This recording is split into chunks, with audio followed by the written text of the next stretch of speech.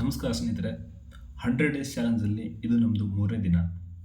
ಇವತ್ತಿನ ವಿಷಯ ಏನಂದರೆ, ಇವತ್ತು ನಾವು ಒಂದು ಚಿಕ್ಕದಾದ ಕಥೆಯಿಂದ ಸ್ಟಾರ್ಟ್ ಮಾಡೋಣ. ನಮ್ಮ ಜೀವನದಲ್ಲಿ ನಮ್ಮ ಗುರಿ ಹೇಗಿರಬೇಕು, ನಾವು ಯಾವ ಥರ ಬೆಳಿಬೇಕು ಅನ್ನೋದ್ರ ಮೇಲೆ ಇವತ್ತಿನ ಕಥೆ. ಒಂದು ಊರಲ್ಲಿ ಒಬ್ಬ ರೈತ, ಅವನು ತುಂಬ ಬಡವನಾಗಿದ್ದ. ಯಾವುದೋ ಸಕ್ಸಸ್ ಕಾಣ್ತಾ ಇರಲಿಲ್ಲ, ಏನೂ ಇರಲಿಲ್ಲ.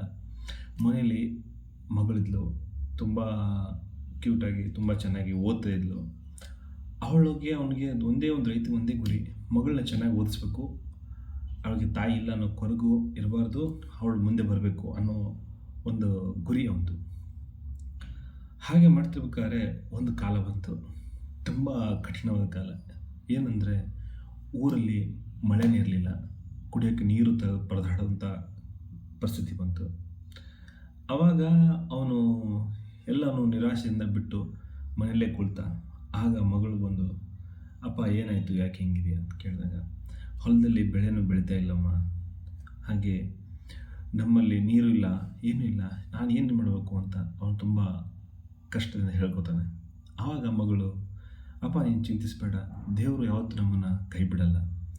ನೀನು ನಿನ್ನ ಕೆಲಸನ ನೀನು ಮಾಡು, ಹೊಲದಲ್ಲಿ ಹೋಗಿ ಸುತ್ತಾಡು, ಹೊಲದಲ್ಲೇ ಕೂತ್ಕೋ, ಹೊಲ ನಿನ್ನ ಜೊತೆ ಮಾತಾಡುತ್ತೆ ಅಂತ ಹೀಗೆಲ್ಲ ಬುದ್ಧಿಮಾತು ಹೇಳ್ತಾಳೆ. ಆದರೆ ಅವನಿಗೆ ಒಂಥರ ಏನೋ ಒಂದು ಹೊಲ ಹೊಡ್ತಾರೋ ಬೆಳೆಯನ್ನು ನೋಡೋಕ್ಕಾಗಲ್ಲ. ಅವಾಗ ಹೋಗಿ ತೋಟದಲ್ಲಿ ಕೂತ್ಕೊತಾನೆ, ಹೊಲದಲ್ಲಿ ಕೂತ್ಕೊಂಡು ರೈತ ನೋಡ್ತಾನೆ, ಸುತ್ತ ಭೂಮಿ ನೋಡ್ತಾನೆ, ಎಲ್ಲನೂ ಒಣಗೋ ಪರಿಸ್ಥಿತಿ ಇರುತ್ತೆ. ಆವಾಗ ಅವನಿಗೆ ಯೋಚನೆ ಬರುತ್ತೆ, ಇದನ್ನೆಲ್ಲ ನೋಡ್ತಿದ್ರೆ ನಾನು ಸುಮ್ಮನೆ ಸತ್ತೋಗ್ಬಿಡೋಣ, ನಾನು ಇದ್ದು ಮಾಡೋಣ ಅಂತಾನೆ. ಅಷ್ಟರಲ್ಲಿ ಒಂದು ಪಕ್ಕದಲ್ಲಿ ಒಂದು ಕಲ್ಲು, ತುಂಬ ಕಲ್ಲಿನ ರಾಶಿ ಇರುತ್ತೆ, ಅಲ್ಲಿ ನೀರು ಸಹಿತ ಹೋಗದಿರೋಂಥ ಪ್ಲೇಸು. ಅಲ್ಲಿಂದ ಒಂದು ಹಸಿರಾಗಿರೋಂಥ ಒಂದು ಮೊಳಕೆ ಹೊಡೆದು ಆಚೆ ಬರ್ತಾ ಇರುತ್ತೆ, ಬಂದು ನಿಲ್ತಾ ಇರುತ್ತೆ. ಅಂದರೆ ಅವನು ನೋಡ್ತಾನೆ, ಈ ಬೀಜದಲ್ಲಿ ಅದಕ್ಕೆ ನೀರು ಕೂಡ ಬರ್ತಾ ಇಲ್ಲ, ಆ ಕಲ್ಲು ಮಣ್ಣು ಕೂಡ ಸರಿಯಾಗಿಲ್ಲ, ಆದರೂ ಅದು ಬೆಳಿಬೇಕನ್ನೋ ಛಲ ಇದೆಯಲ್ಲ, ಅದನ್ನು ನೋಡ್ಬಿಟ್ಟು ಅವನಿಗೆ ತುಂಬ ಖುಷಿ ಆಗುತ್ತೆ. ನಾನು ಏನಾದರೂ ಮಾಡಬೇಕಲ್ಲ, ನನ್ನ ಜೀವನದಲ್ಲಿ ನನ್ನ ಮಗಳದ ಹಿಂದ್ಗಡೆ ನಾನು ಇಷ್ಟು ಒಂದು ಸೆಕೆಂಡೆಲ್ಲ ಕೆಟ್ಟ ತಪ್ಪು ನಿರ್ಧಾರ ತೊಗೊಂಡ್ಬಿಡ್ತಿದ್ದೆ. ನನ್ನ ಮಗಳಿಗೆ ಯಾರು ನೋಡ್ಕೊತಿದ್ರು, ನನ್ನ ಮಗಳ ಫ್ಯೂಚರ್ನ ಎಲ್ಲ ಕಣ್ಣು ಬರುತ್ತೆ. ಅವಾಗ ಏನು ಮಾಡ್ತಾನೆ, ಮನೆಗೆ ಹೋಗ್ತಾನೆ. ಮನೆಗೆ ಹೋಗ್ಬಿಟ್ಟು ಆ ಪಂಪ್ ರೂಮಲ್ಲಿ ಹೋಗಿ ಒಂದು ಗುದ್ದಲಿ ತೊಗೊಂಬಂದು, ಒಂದು ಬಾವಿ, ಅಂದರೆ ಬಾವಿ ಕೊಳಕ್ಕೆ ಒಂದು ಜಾಗ ಹುಡ್ತಾನೆ. ಜಮೀನಲ್ಲಿ ಒಂದು ಸ್ವಲ್ಪ ಇಳಿಜಾರ ಪ್ರದೇಶ ಇರುತ್ತಲ್ಲ, ಅಲ್ಲಿ ಹೋಗ್ಬಿಟ್ಟು ಅವನು ದೇವರಿಗೆ ಕೈ ಮುಗಿದು ಅವನ ಸಂಕಲ್ಪ ಮಾಡಿ ನೆಲ ಬಗೆಯೋಕ್ಕೆ ಸ್ಟಾರ್ಟ್ ಮಾಡ್ತಾನೆ. ಹೊಲದಲ್ಲಿ ಬಾವಿ ಹೊಡೆಯೋಕ್ಕೆ ಸ್ಟಾರ್ಟ್ ಮಾಡ್ತಾನೆ. ಒಂದು ವಾರ ಹೋಗುತ್ತೆ, ಒಂದು ತಿಂಗಳು ಹೋಗುತ್ತೆ, 2 ತಿಂಗಳು ಹೋಗುತ್ತೆ, 3 ತಿಂಗಳು. ಆ ಬೆಳೆ ಒಣಗಿರುತ್ತೆ, ಪೂರ್ತಿ ಒಣಗೋಗಿರುತ್ತೆ. ಆದರೂ ಇವನು ಅದ್ರ ಬಗ್ಗೆ ತಲೆ ಕೆಡಿಸ್ಕೊಳ್ಳಲ್ಲ. ಅವನೇನು, ನಾನು ಒಂದು ಫೋಕಸ್ ಮಾಡಿ, ಈಗ ಆ ಚಿಕ್ಕ ಬೆಳ್ಳಿನೇ ಬೆಳಿಬೇಕಾದ್ರೆ ನಾನು ಇದನ್ನು ಬಾವಿ ತೋಡಿದ್ರೆ, ಇಲ್ಲಿ ನೀರು ಸಿಕ್ಕರೆ ಈ ಥರ ಏನಾದರೂ ಹೊಸ ಜೀವನ ಆಗುತ್ತಲ್ಲ ಅಂತ ತೋಡ್ತಾ ಇರ್ತಾನೆ. ತೋಡಬೇಕಾದ್ರೆ ಅವನಿಗೆ ಫಸ್ಟಿಗೆ ಗಟ್ಟಿ ನೆಲ ಸಿಗುತ್ತೆ, ತೋಡ್ತಾನೆ. ಆಮೇಲೆ ಸ್ವಲ್ಪ ಹೋದ ತಕ್ಷಣ ಒಂದು ಸಣ್ಣ ಸೌಂಡ್ ಬರುತ್ತೆ. ಸಣ್ಣ ಸೌಂಡ್ ಬಂದಾಗ ಸಾಕಿಂದ ನೋಡ್ತಾನೆ, ಗಾಬರಿಯಾಗಿ ಏನಿದೆ, ಕಲ್ಲು ಬಂತ ಅಂತ. ಅಷ್ಟರಲ್ಲಿ ನೋಡಿದ್ರೆ ಅವನಿಗೆ ಒಂದು ಪೆಟ್ಟಿಗೆ ಸಿಗುತ್ತೆ. ಪೆಟ್ಟಿಗೆ ಸಿಕ್ಕಾಗ ಅದನ್ನು ಓಪನ್ ಮಾಡ್ತಾನೆ. ತೆಗೆದು ನೋಡಿದಾಗ ಅದು ತುಂಬ ಬಂಗಾರದ ನಾಣ್ಯಗಳು, ಬೆಳ್ಳಿ ನಾಣ್ಯಗಳು ಇರ್ತವೆ. ಅದನ್ನು ಎತ್ತಿ ಇಡ್ತಾನೆ ಸೈಡ್ಗೆ. ಇಟ್ಬಿಟ್ಟು ಮತ್ತೆ ತೋಡೋಕೆ ಸ್ಟಾರ್ಟ್ ಮಾಡಿದಾಗ ಮತ್ತೆ ಅವನಿಗೆ ಒಂದು ಪೆಟ್ಟಿಗೆ ಸಿಗುತ್ತೆ. ಅದು ಅದರಲ್ಲಿ ಸ್ವಲ್ಪ ಅದೇ ಬಂಗಾರ ಥರ, ವಜ್ರ ಈ ಥರ ಎಲ್ಲ ಇರುತ್ತೆ. ಎತ್ತಿ ಸೈಡ್ ಇಡ್ತಾನೆ, ಇಟ್ಬಿಟ್ಟು ತೋಡಿದ್ರೆ ಲಾಸ್ಟಿಗೆ ನೀರು ಬರುತ್ತೆ. ನೀರು ಬಂದಾಗ ಅವನಿಗೆ ಈ ಬಂಗಾರ ಮತ್ತು ಬೆಳ್ಳಿ ಸಿಕ್ಕಿರೋಕ್ಕಿಂತ ಆನಂದ ಏನಾಗುತ್ತೆ ಅಂದರೆ, ನೀರು ಸಿಕ್ಕಿದ್ದು ಆನಂದ ಆಗುತ್ತೆ. ಈ ಬಂಗಾರ ಬೆಳ್ಳಿ ಎಲ್ಲ ಏನು ಮಾಡ್ತಾನೆ, ತೊಗೊಂಡೋಗ್ಬಿಟ್ಟು ಮಗಳ ಮುಂದೆ ಇಡ್ತಾನೆ. ಮಗಳ ಮುಂದೆ ಇಟ್ಟಾಗ ಮಗಳು ಯೋಚನೆ ಮಾಡ್ತಾಳೆ ಒಂದು ಕ್ಷಣ, ಇದನ್ನು ನಾವು ಹೊರಗಡೆ ತೊಗೊಂಡು ಹೋದರೆ ಜನರು ಎಲ್ಲ ಕಲ್ತ್ಕೊಂಬಂದಿದೆಯಾ ಹಾಗೆ ಹಿಂಗೆ ಅಂತಾರೆ. ಅದನ್ನು ನೀನು ಯಾರಿಗಾರು ಕೊಟ್ಟರೆ, ಯಾರಿಗಾರು ಗೊತ್ತಾದರೆ ನಮ್ಮ ಜೀವಕ್ಕೆ ಅಪಾಯ. ಇದನ್ನು ಏನು ಮಾಡಪ್ಪಾಜಿ ಅಂತಾನೆ. ಏನು ಹಿಂಗೆ ಮಾಡಪ್ಪಾಜಿ ಅಂತ ಅವಳದು ಎಡೆ ಕೊಡ್ತಾಳೆ. ಏನಂದರೆ, ನೀನು ದಾರಿಯಲ್ಲಿ ರಾತ್ರಿ ಹೋಗ್ಬೇಕಾದ್ರೆ ನೀನು ಹೊಲ ತುಂಬ ಎಲ್ಲ ಬಿತ್ತುಬಿಟ್ಟು ಈ ನಾಣ್ಯಗಳೆಲ್ಲ ಹೊಲ ತುಂಬ ಹಾಕಿಬಿಡು ಅಂತ ಹೇಳ್ತಾಳೆ. ಅವಾಗ ಹೇಳಿದಾಗ, ಹಿಂಗೆ ಮಾಡ್ರಂಗೆ, ನಮ್ಗೆ ಇದು ಕೈದು ಬಂಗಾರ ಲಕ್ಷ್ಮಿ ಮನೆ ಬಂದಾಳೆ, ಇದನ್ನು ಹೊಲ ತುಂಬ ಹಾಕಿದ್ರೆ ಹೆಂಗೆ ಅಂತ. ಆವಾಗ ಮಗಳು ಹೇಳ್ತಾಳೆ, ಇದು ನಮ್ಮ ಹತ್ರ ಇಟ್ಕೊಂಡ್ರು ಡೇಂಜರೇ, ನಮ್ಗೆ ಎಷ್ಟು ಬೇಕಷ್ಟು ಇಟ್ಕೊಳ್ಳೋಣ, ಈ ಮಿಕ್ಕಿದ್ದೆಲ್ಲ ಹೊಲದಲ್ಲಿ ಹಾಕೋಣ ಅಂತ ಹೇಳ್ತಾನೆ. ಆಯ್ತು ಸರಿ ಅಂತ ಅಪ್ಪ ಮಗಳು ಹೇಳ್ದಂಗೆ ಕೇಳ್ತಾನೆ. ಕೇಳ್ಬಿಟ್ಟು ಹೊಲ ತುಂಬ ಹಾಕ್ತಾನೆ, ಬಿತ್ತುಬಿಡ್ತಾನೆ, ಪೂರ್ತಿ ಎಲ್ಲ ಕಡೆ ಹೊಲ ತುಂಬ ಚೆಲ್ತಾನೆ.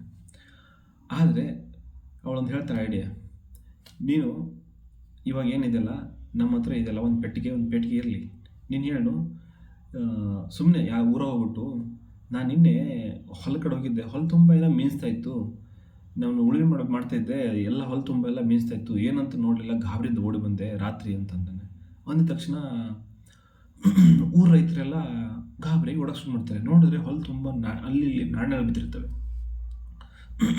ಅವಾಗ ಎಲ್ಲ ರೈತರುಗಳು ಓಡೋಗಿ ಬಾಚ್ಕೊಳಕ್ಕೆ ಸ್ಟಾರ್ಟ್ ಮಾಡ್ತಾರೆ. ಬಾಚ್ಕೊಳಕ್ಕೆ ಎಲ್ಲ ತುಂಬ್ಕೊಂಡ್ಬಿಡ್ತಾರೆ. ಎಷ್ಟು ಬೇಕು ಅಷ್ಟೆಲ್ಲ ಎತ್ಕೋತಾರೆ. ಅಲ್ಲೆಲ್ಲಿ ಇರುತ್ತೆ. ಒಬ್ರಿಗೆ 5 ಸಿಗುತ್ತೆ, ಒಬ್ರಿಗೆ 10 ಸಿಗುತ್ತೆ, ಒಬ್ರಿಗೆ 4 ಸಿಗುತ್ತೆ, 3 ಸಿಗುತ್ತೆ, ತೊಗೊಳ್ತಾರೆ. ತೊಗೊಂಡು ಆ ರೈತರ ಹತ್ರ ಬರ್ತಾರೆ. ನೀನು ತೊಗೊಳಪ್ಪ, ನೀನು ₹1 ತೊಗೋ. ನಿಮ್ಮ ಹೊಲದಲ್ಲಿ ಸಿಕ್ಕಿದೆಯಲ್ಲ, ನೀನು ₹2 ತೊಗೋ. ಒಬ್ಬನ ಹತ್ರ ₹10 ನಿನ್ನ ಹೊಲದಲ್ಲಿ ಸಿಕ್ಕಿದೆ, ನೀನು ತೊಗೋ. ಹೀಗೆ ಎಲ್ಲರೂ ತಂದುಬಿಟ್ಟು ಕೊಡ್ತಾರೆ ಒಂದಿಷ್ಟು. ಅದನ್ನ ಎತ್ಕೊಂಡು ಹೋಗ್ಬಿಟ್ಟು ಅವನ ಮೇಲೆ ಇಟ್ಕೋತಾನೆ. ಅವಾಗ ಮಗಳಿಗೆ ಕೇಳ್ತಾನೆ, ಅಮ್ಮ ನೀನು ಹೇಳಿದ್ದು ಈ ಥರ ಆಯಿತು, ಹಿಂಗೆ ಹೊಲದಲ್ಲಿ. ಅಪ್ಪಾಜಿ, ನಾನು ನಿಮ್ಗೆ ಏನು ಹೇಳಬೇಕು ಬಂದಿದ್ದೆ ಅಂದರೆ, ನಿಮ್ಗೆ ಫಸ್ಟಿಗೆ ಹೇಳಿದ್ರೆ ಅರ್ಥ ಆಗ್ತಿರ್ಲಿಲ್ಲ. ಈಗ ಜನರು ನಿನ್ನ ಹತ್ರ ದುಡ್ಡಿದೆ ಅಂದರೆ ನಿನ್ನನ್ನು ಶತ್ರುವಾಗಿ ನೋಡ್ತಿದ್ರು. ನಿನ್ನನ್ನು ಏನೋ ಒಂಥರ ಡಿಫ್ರೆಂಟಾಗಿ ನೋಡ್ತಿದ್ರು. ಅದೇ ಈಗ ಅವ್ರಿಗೆ ಅವ್ರದ್ದು ಒಳ್ಳೇದಾಯಿತು, ನಿನಗೂ ಒಳ್ಳೇದಾಯಿತು. ಈಗ ತಂದುಬಿಟ್ಟು ಅವ್ರು ಕೊಟ್ಟರು, ಇಲ್ಲ ನಾವೇ ಕೊಟ್ಟಿದ್ದೀವಿ ಅವನ ಕಡೆ, ಅದು ಕದ್ದಿಲ್ಲ ಅವನು ಅಂತೇಳ್ಬಿಟ್ಟು ಹೀಗೆಲ್ಲ ಹೇಳ್ತಾರೆ. ಇನ್ನೊಂದು ಅವ್ರೇನು ಮಾಡ್ತಾರೆ ಗೊತ್ತಾ, ನೋಡಿ ನೀನು ನಾಳೆ ನೋಡು ಅಂತಾಳೆ. ಅವ್ನು ನೋಡಿದಾಗ, ಅಪ್ಪಾಜಿ ಹೌದಾ ಸರಿ ಅಂತ ಅವ್ರು ಮಲಗ್ತಾನೆ. ಬೆಳಗ್ಗೆ ನೋಡಿದರೆ ಅಕ್ಕಪಕ್ಕ ಹೊಲಗಳೆಲ್ಲ ಉಳುಮೆ ಮಾಡ್ತಿರ್ತಾರೆ.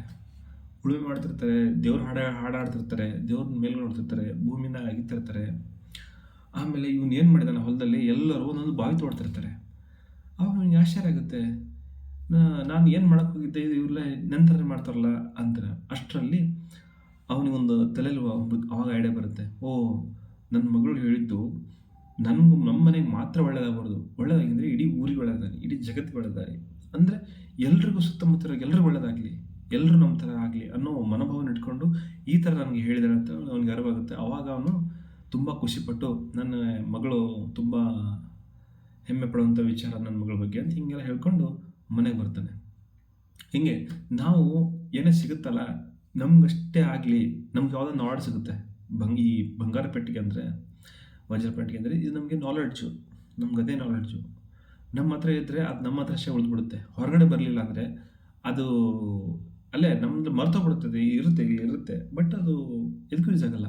ಅದನ್ನೇ ಯಾವುದ್ರಾಗ ಒಬ್ಬರ ಲೈಫಲ್ಲಿ ಒಂದೇ ಒಂದು ಸಣ್ಣದು ಬದಲಾವಣೆ, ಈ ಹ್ಯಾಂಗಿದ್ದಲ್ಲ, ಬೀಜ ಬಂದು ಮೊಳಕೆ ಹೊಡೆದು ಆಚೆ ಬರುತ್ತಲ್ಲ ಬೆಳ್ಳಿ, ಆ ಥರ ಯಾರಿಗಾದ್ರೂ ಒಂದು ಸ್ವಲ್ಪ ಟಚ್ ಆದರೆ ಸಾಕು, ನಾವು ಮಾಡಿರೋ ಒಂದು ಕೆಲಸ ಸಾರ್ಥಕ ಆಗುತ್ತೆ. ಈಗ ನಾನು ವಿಡಿಯೋ ಮಾಡ್ತಿದ್ದಲ್ಲ, ಇದು ನಂದು 100 ವೀಡಿಯೋಸ್ 100 ನ್ಯೂ ಟಾಪಿಕ್ಸನ್ನು ತೊಗೊಂಡ್ಬರ್ತೀನಿ. ಹಾಗೆ ಇದನ್ನು 3 ದಿವಸ ಹೀಗೆ ಮುಂದೆ ತರ್ತೀನಿ. ಧನ್ಯವಾದಗಳು. ಲೈಕ್ ಮಾಡಿ, ಕಮೆಂಟ್ ಮಾಡಿ, ಹೇಗೆ ಅನಿಸುತ್ತೆ ಅಂತ ಹೇಳಿ. ನನಗೂ ಸ್ವಲ್ಪ ಮಾತಾಡೋಕ್ಕೂ ಅಷ್ಟು ಕಂಪ್ಲೀಟಾಗಿ ಆಗ್ತಾಯಿಲ್ಲ, ಆದರೂ ನಾನು ಹೊಸ ಪ್ರಯತ್ನ ಪಡ್ತಾಯಿದ್ದೀನಿ. ಇದನ್ನು ನೀವು ಕ್ಷಮಿಸಿ, ಆಮೇಲೆ ನೀವೇ ಇದನ್ನು ಬೆಳೆಸಿ. ಧನ್ಯವಾದಗಳು.